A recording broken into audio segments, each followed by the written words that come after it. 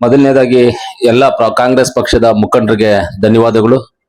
Block Congress ಅಧ್ಯಕ್ಷರಾದಂತ ನಮ್ಮ ಅಮಾನನವರು, ಅದೇ ರೀತಿ ಬ್ಲಾಕ್ ಕಾಂಗ್ರೆಸ್ ಅಧ್ಯಕ್ಷರು ನಮ್ಮ 23ರ ಕಾಂಗ್ರೆಸ್ ಮುಳಬಾಗಿಲು ಅಭ್ಯರ್ಥಿ ಅಂತ ಆದ್ಯನ ಅವ್ರಿಗೆ, ಅದೇ ರೀತಿ ಹಿರಿಯರಾದಂತ ರಾಮಲಿಂಗಾರೆಡ್ಡಿನವರು, ನಮ್ಮ ಹಿರಿಯರಾದಂತ ಶಿವಣ್ಣನವರು, ನಮ್ಮ ಗೋಪಾಲನವರು, ವೆಂಕಟರಮಣ್ಣವರು, ನಮ್ಮ ವೆಂಕಟೇಶನವರು, ಹಾಗೆ ನಮ್ಮ ನಾರಾಯಣ ರೆಡ್ಡಿ ಬಾಲರಾಜನವರು, ಆಮೇಲೆ ನಮ್ಮ ಸುಹಾಸು, ಎಲ್ಲ ನಮ್ಮ ಮುಖಂಡರು, ಅಲ್ಲ ಗುಜ್ನಳ್ಳಿ ಮಂಜಣ್ಣ ಅವರು ಎಲ್ಲರೂ ಇದ್ರೆ ನಿಮ್ಮೆಲ್ಲರಿಗೂ ಧನ್ಯವಾದಗಳು. ಎಲ್ಲ ನಮ್ಮ youth Congress, major Congress, SC ST Congress, ರೈತರ ಕಾಂಗ್ರೆಸ್, ಎಲ್ಲ ಕಾಂಗ್ರೆಸ್ ಮುಖಂಡರಿಗೂ ನಾನು ಧನ್ಯವಾದಗಳನ್ನು ತಿಳಿಸ್ತೇನೆ.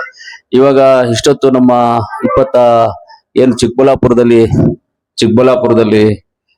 NREG ಬಚಾವೋ ಅನ್ನೋ ಕಾರ್ಯಕ್ರಮ ಏನ್ ಇಟ್ಕೊಂಡಿದೀವಿ, NREG ಬಗ್ಗೆ ಇವಾಗ ಎಲ್ಲರೂ ಏನ್ ಅನ್ಕೊಳ್ತಾ ಇದ್ದಾರೆ, ಜನ ಬಂದ್ಬಿಟ್ಟು NREG 125 ದಿವಸಗಳು ಸೆಂಟ್ರಲ್ ಗೌರ್ಮೆಂಟ್ ಇಂದ ಕೊಡ್ತಾ ಇದ್ದಾರೆ, ಅದರಿಂದ ಜಾಸ್ತಿ ಕೊಡ್ತಾ ಇದ್ದಾರೆ, ಇವ್ರೇನೋ ಇದಕ್ಕೇನೋ ಸುಮ್ನೆ ಬೇಕು ಅಂತ ಮಾಡ್ತಾ ಇದ್ದಾರೆ ಅಂತ ಕೆಲವು ಜನಗಳು ತಿಳ್ಕೊಂಡಿದ್ದಾರೆ.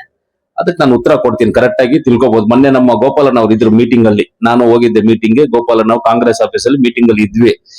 ಏನಂತ ಹೇಳಿದ್ರೆ, ಮೊದಲು NREG ಹೆಂಗಿತ್ತು ಅಂದ್ರೆ, ಗ್ರಾಮ ಸಭೆ ಮಾಡ್ತಾ ಇದ್ವಿ. ಗ್ರಾಮ ಸಭೆಯಲ್ಲಿ ಎಲ್ಲೆಲ್ಲಿ ಏನೇನು ಕೆಲಸಗಳು ಮಾಡ್ಬೇಕು, ಯಾವ್ಯಾವ ಊರಲ್ಲಿ ಏನೇನು ಕೆಲಸಗಳು ಮಾಡ್ಬೇಕು ಅಂತ ಗ್ರಾಮ ಸಭೆಯಲ್ಲಿ ತೀರ್ಮಾನ ಆಗ್ತಾ ಇತ್ತು. ವಾರ್ಡ್ ಸಭೆ ಗ್ರಾಮ ಸಭೆ ಎರಡು ಒಂದೇ ಆಗ್ತಾ ಇತ್ತು. ಕರೆಕ್ಟ್ ಬಾಲರಾಜನ ಅದು ತೀರ್ಮಾನ ಆಗ್ತಾ, ಗ್ರಾಮ ಸಭೆ ವಾರ್ಡ್ ಸಭೆ ಎರಡು ಒಂದೇ. ಅದು ಟೌನ್ ಅಲ್ಲಿ ವಾರ್ಡ್ ಸಭೆ, ರೂರಲ್ ಅಲ್ಲಿ ಗ್ರಾಮ ಸಭೆ ಆಯ್ತು, ಎರಡು ಒಂದೇ. ಆ ಇದ್ರಲ್ಲಿ ತೀರ್ಮಾನ ಆಗ್ತಾ ಇತ್ತು, ಎಲ್ಲಿ ಏನ್ ಮಾಡ್ಬೇಕು, ಯಾವ ರೀತಿಯಲ್ಲಿ ಮಾಡ್ಬೇಕು ಅಂತ. ಆಮೇಲೆ ಗ್ರಾಮದಲ್ಲಿ ಹೋಗಿ ಸಭೆ ಮಾಡಿದಾಗ ಊರಲ್ಲಿ ಹೇಳ್ತಾ ಇದ್ರು, ಈ ರಾಜಕಾಲುವೆ ಮಾಡ್ಬೇಕು, ಇಲ್ಲಿ ಮೋರಿ ಮಾಡ್ಬರ್ಬೇಕು, ಇಲ್ಲಿ ಸಿಮೆಂಟ್ ರೋಡ್ ಮಾಡ್ಬೇಕು, ಇಲ್ಲಿ ಬರುಗ್ಲ್ ಹಾಕ್ಬೇಕು, ಈ ಓಣಿ ಮಾಡ್ಬೇಕಾಗಿತ್ತು, ಕೆರೆ ಹೂಳೆತ್ಬೇಕು, ಕೆರೆ ಕಟ್ಟೆ ರಿಪೇರಿ ಮಾಡ್ಬೇಕು, ಅಂಗನವಾಡಿ ಕೇಂದ್ರ ಕಟ್ಟಬೇಕು, ಅಂಗನವಾಡಿ ಕೇಂದ್ರಕ್ಕೆ ಕಾಂಪೌಂಡ್ ಕಟ್ಟಬೇಕು, ಗ್ರಾಮ ಪಂಚಾಯತಿ ಕಟ್ಟಡ ಕಟ್ಟಬೇಕು, ಗ್ರಾಮ ಪಂಚಾಯತಿ ಕಟ್ಟಡಕ್ಕೆ ಕಾಂಪೌಂಡ್ ಕಟ್ಕೋಬೇಕು, ಶಾಲೆ ಕಾಂಪೌಂಡ್ ಕಟ್ಟೋದು, ಶಾಲೆ ಗ್ರೌಂಡ್ ಅನ್ನ ರಿಪೇರಿ ಮಾಡೋದು, ಈ ತರ ಅನೇಕ ಕಾರ್ಯಕ್ರಮಗಳನ್ನ ಗ್ರಾಮ ಪಂಚಾಯತಿ ಸದಸ್ಯರು, ಗ್ರಾಮ ಪಂಚಾಯತಿ ಅಧ್ಯಕ್ಷರು, ಅಲ್ಲಿರ್ತಕ್ಕಂಥ PDO ಅದನ್ನೆಲ್ಲ ತೀರ್ಮಾನ ಮಾಡಿ ಅದನ್ನ ತಾಲೂಕ್ ಪಂಚಾಯತಿ ಕೊಡ್ತಾ ಇದ್ರು. ತಾಲೂಕ್ ಪಂಚಾಯತಿ ಅನುಮತಿ ನೀಡ್ತಾ ಇತ್ತು, ತಾಲೂಕ್ ಪಂಚಾಯತಿಯಿಂದ ಜಿಲ್ಲಾ ಪಂಚಾಯತಿಗೆ ಹೋಗ್ತಾ ಇತ್ತು, ಅಲ್ಲಿ ಸಿಒರು ಅನುಮತಿ ಕೊಡ್ತಾ ಇದ್ರು. ಆ ಅನುಮತಿ ಮೇರೆಗೆ ಕೆಲಸಗಳನ್ನು ಮಾಡ್ಕೊಂಡು ಹೋಗ್ತಾ ಇದ್ರು. ಆವಾಗ ಏನಿತ್ತು, ಸೆಂಟ್ರಲ್ ಗೌರ್ಮೆಂಟ್ ಇದೆ ಪೂರ್ತಿಯಾಗಿ ದುಡ್ಡಿತ್ತು ಅವ್ರದ್ದು, 90% ಅವ್ರದ್ದು ಸೆಂಟ್ರಲ್ ಗೌರ್ಮೆಂಟ್ ದುಡ್ಡಿತ್ತು. ಈಗ ಏನ್ ಮಾಡಿದ್ದಾರೆ ಅಂತ ಹೇಳಿದ್ರೆ, 60% 60% ಸೆಂಟ್ರಲ್ ಗೌರ್ಮೆಂಟ್ ಇದು, 40% ಸ್ಟೇಟ್ ಗೌರ್ಮೆಂಟ್ ಹಾಕ್ಬೇಕು ಅಂತ ಹೇಳಿದ್ದಾರೆ. 40% ಸ್ಟೇಟ್ ಗೌರ್ಮೆಂಟ್ ಹಾಕ್ಬೇಕು. ಇವಾಗ ಕೆಲಸಗಳನ್ನು ಮಾಡೋದು, ತೀರ್ಮಾನ ಮಾಡೋದು ಗ್ರಾಮ ಪಂಚಾಯತಿ ಅಧ್ಯಕ್ಷರಲ್ಲ, PDOನೂ ಅಲ್ಲ, ಗ್ರಾಮ ಪಂಚಾಯತಿ ಸದಸ್ಯರು ಅಲ್ಲ, ವಾರ್ಡ್ ಸಭೆನೂ ಅಲ್ಲ, ಗ್ರಾಮ ಸಭೆನೂ ಅಲ್ಲ, ಏನೂ ಅಲ್ಲ. ತೀರ್ಮಾನ ಮಾಡೋದು ಸೆಂಟ್ರಲ್ ಗೌರ್ಮೆಂಟ್ ಇಂದ, ಅಲ್ಲಿಂದ ತೀರ್ಮಾನ ಮಾಡೋದು. ಸ್ಯಾಟಲೈಟ್ ಥ್ರೂ ಅವ್ರು ನೋಡ್ತಾರಂತೆ, ಎಲ್ಲೆಲ್ಲಿ ಏನೇನ್ ಮಾಡ್ಬೇಕು ಅನ್ನೋದನ್ನ ಅವ್ರು ತೀರ್ಮಾನ ಮಾಡ್ತಾರಂತೆ. ಸ್ಯಾಟಲೈಟ್ ಇಂದ ನೋಡಿ ತೀರ್ಮಾನ ಮಾಡಿ ನಾವೇನ್ ಬೇಡ ಅನ್ನೋದಿಲ್ಲ, ಅದಕ್ಕೆ ವಿರೋಧಿಗಳಲ್ಲ ನಾವು. ಆದ್ರೆ ಆ ಊರಲ್ಲಿ ಇರ್ತಕ್ಕಂಥದ್ದು ಏನ್ ಕೆಲಸ ಮಾಡ್ಬೇಕು, ಏನ್ ಮಾಡ್ಬೇಕು, ಯಾವ ರೀತಿಲಿ ಮಾಡ್ಬೇಕು ಅಂತ ಆ ಗ್ರಾಮಸ್ಥರಿಗೆ ಗೊತ್ತಿರುತ್ತೆ. ಮಾತ್ರ ಪಕ್ಕದೂರವ್ರಿಗೆ ಯಾರಿಗಾದ್ರೂ ಗೊತ್ತಿರುತ್ತಾ? ಆ ಗ್ರಾಮಸ್ಥರಿಗೆ ಗೊತ್ತಿರುತ್ತೆ. ಅದರಿಂದ NREG ಮೊದಲು 100 ದಿವಸ ಕೊಟ್ಟಿದ್ರು ಜನಗಳಿಗೆ ಜೀವನಾಧಾರಕ್ಕೆ, ಏನೋ ಕಷ್ಟ ಸುಖ ಪಟ್ಟು ಏನೋ ತಿನ್ಕೊಂಡು ಜೀವನ ಮಾಡ್ಕೊಂಡು ಹೋಗ್ತಾ ಇದ್ರು ಜನ. ಇವ್ರು 125 ದಿವಸ ಕೊಡ್ತಾರೆ. ಓಕೆ, ಒಂದು ಗ್ರಾಮ ಪಂಚಾಯತಿನಲ್ಲಿ, ಒಂದು ಗ್ರಾಮದಲ್ಲಿ ಎಕ್ಸಾಂಪಲ್ಗೆ ಆ ಊರಲ್ಲಿ ಒಂದು 5-6 ಕೋಟಿ ಕೆಲಸ ನಡೆದಿರುತ್ತೆ ಮೊದಲು. ಈ ಒಂದು ಊರಲ್ಲಿ 100 ಮನೆ ಇರೋದು, 150 ಮನೆ ಇರೋದು, ಈ ಊರಲ್ಲಿ 5 ಕೋಟಿ ಕೆಲಸ ನಡೆದಿದೆ ಅಂತ ಹೇಳಿದ್ರೆ ಆ ಊರ್ ಕ್ಯಾನ್ಸಲ್. ಇಲ್ಲ, ಆ ಊರಿಗೆ ಗ್ರಾಮ ಪಂಚಾಯತ್. ಹಂಗಾದ್ರೆ ನೀವು NREG ನಲ್ಲಿ ಬಡವರು ಕೊಡುವಂತ ಕೂಲಿ ಏನ್ ಕೊಡ್ತೀರಾ ನೀವು? ಆ ಊರಲ್ಲಿ ಬಡವರು ಇರಲ್ವಾ? ಆ ಊರಲ್ಲಿ ಬಡವರು ಇರ್ತಾರಲ್ಲ, ಆ ಬಡವರಿಗೆ ನಾವು ಹಾಕ್ಬೇಕಲ್ಲ. ಹಂಗಲ್ಲ ಅಂತೆ, ಸೆಂಟ್ರಲ್ ಗೌರ್ಮೆಂಟ್ ಅಲ್ಲಿ ಅಲ್ಲಿಂದ ಸ್ಯಾಟಲೈಟ್ ಅವ್ರನ್ನ ಸೆಲೆಕ್ಟ್ ಮಾಡಿ ಕೊಡುವಂತದ್ದು. ಅದಕ್ಕೋಸ್ಕರನೇ ಒಂದು ಬೃಹತ್ ಸಮಾವೇಶವನ್ನು ಇಟ್ಕೊಂಡಿದೀವಿ. ನಮ್ಮ ಮುಖ್ಯಮಂತ್ರಿಗಳಾದಂತ ಸಿದ್ದರಾಮಣ್ಣ ಅವರು, ಉಪಮುಖ್ಯಮಂತ್ರಿಗಳಾದಂತ DK ಶಿವಕುಮಾರ್ ಸಾಹೇಬರು, ನಮ್ಮ ಕಾಂಗ್ರೆಸ್ ಪಕ್ಷದ ಜನರಲ್ ಸೆಕ್ರೆಟರಿ ಅಂತ ವೇಣುಗೋಪಾಲ್ ಅವರು, ಸುರ್ಜೇವಾಲಾ ಅವರು, ಅದೇ ರೀತಿ ನಮ್ಮ AICC ಅಧ್ಯಕ್ಷರಾದಂತ ಮಲ್ಲಿಕಾರ್ಜುನ ಖರ್ಗೆ ಸಾಹೇಬರು, ಇವರೆಲ್ಲರೂ ಅವತ್ತ ಕಾರ್ಯಕ್ರಮ ಬರ್ತಾ ಇದ್ದಾರೆ. ಇವತ್ತು ನಾವು ಅನ್ಕೋಬಹುದು ಏನೋ ಇದು ಸಿಂಪಲ್ ಆಗಿದೆ, ಏನೋ ಬಿಡು ಅಂತ ನಾವು ಅನ್ಕೋಬಹುದು. ದಯವಿಟ್ಟು ಇದು ಸಿಂಪಲ್ ಅಲ್ಲ, ಇದು ಜನಗಳಿಗೆ ತೊಂದರೆ ಆಗುವಂತದ್ದು. ಜನಗಳಿಗೆ ತೊಂದರೆ ಆಗುವಂತದ್ದು. ಅವರು ಇವಾಗ ಎಕ್ಸಾಂಪಲ್ ಅಣ್ಣ, ಇವಾಗ ಇಲ್ಲಿರೋ ನಾವೇ ಹೇಳೋಣ, ನೀವೇ ಮಾತಾಡ್ಕೊಳ್ಳೋಣ.